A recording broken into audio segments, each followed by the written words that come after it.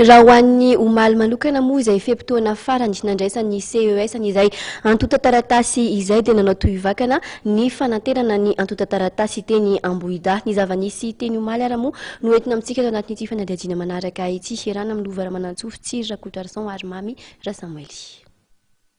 Candidat roa ambin'ny folo nametraka ny antotaratasy ahafahana mandray anjara amin'ny fifidianana filoham-pirenena Omaly teny Brown CES teny Ambohidahy.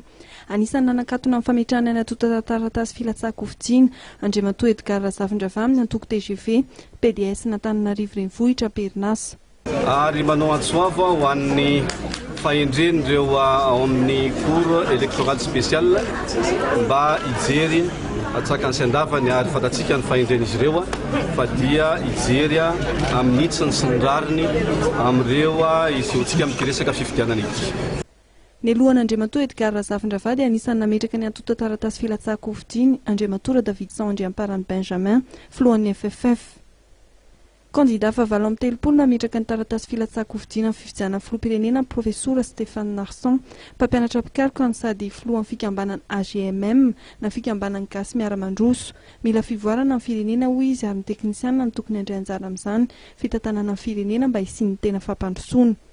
Hita zany fa memikirosofahana foana ny firenentsika ka mba manana traikefa zay hoentina manana contribution azo atao ka zay ny antony hoe ilatsahana mba anandrana hitondra zay traikefa zay.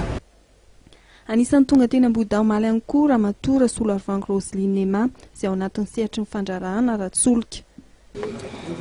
Tonga izao ny fotoana hiroso amin'ny fampandrosoana itsika, vola be nilaitsika amin'izany.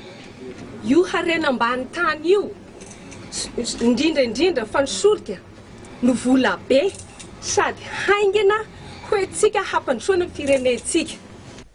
Andriamatoa Fetsan Rakoto Andrenirina filohan'ny RDS dia Omaly ny fotoana farany fametrahana antotaratasy vao tonga teny Brown CES Ambohidahy tenany. Noho ny fahamaroany reto zahay zay filatsahan-kofidiana ho filoham-pirenena dia maneho zany fa te hitondra ny anjara birikiny ho ampandrosoana an'ity Madagasikara ity ny tsirairay. Nefa midika inona koa zany?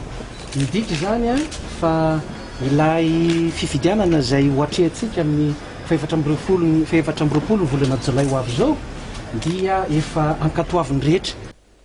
Tonga teny Brown CES Ambohidahy ihany koa Andriamatoa Armanina Patrick, Ratrema William izay mpanabe mpanorona ny ASEM ary narotsaka ny Patram sy ny GAM amin'ity fifidianana ity izy.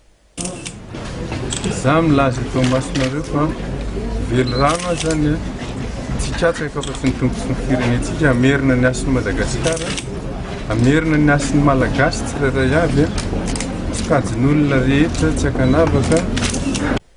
Nanatevin-dalana ireo mpilatsahan-kofidiana fifidianana filoham-pirenena ny Jeneraly Dolara Solosofo filohan'ny filakevitra ambony teteza mito. Nandritra ny fotoana nanateran'ny antotaratasy filatsahan-kofidiana tena fitsarana manokana momba ny fifidianana eny Ambohidahy ny ilazany fa milazaina ny tolona tamin'ny taona 2024. Tolom-bahoaka izay nandraisan'ny tenanay andraikitra. Tolom-bahoaka koa nefa nanome ny tenanay ho tompon'andraikitra amin'izao fotoana izao. Antony Dakana, Tina Sofredi, Boaz Zefania ihany koa dia anisan'ny olom-baovao misehatra politika ary candidat nametraka ny antotaratasy tamin'ny fotoana farany Omaly teny Brown CES teny Ambohidahy.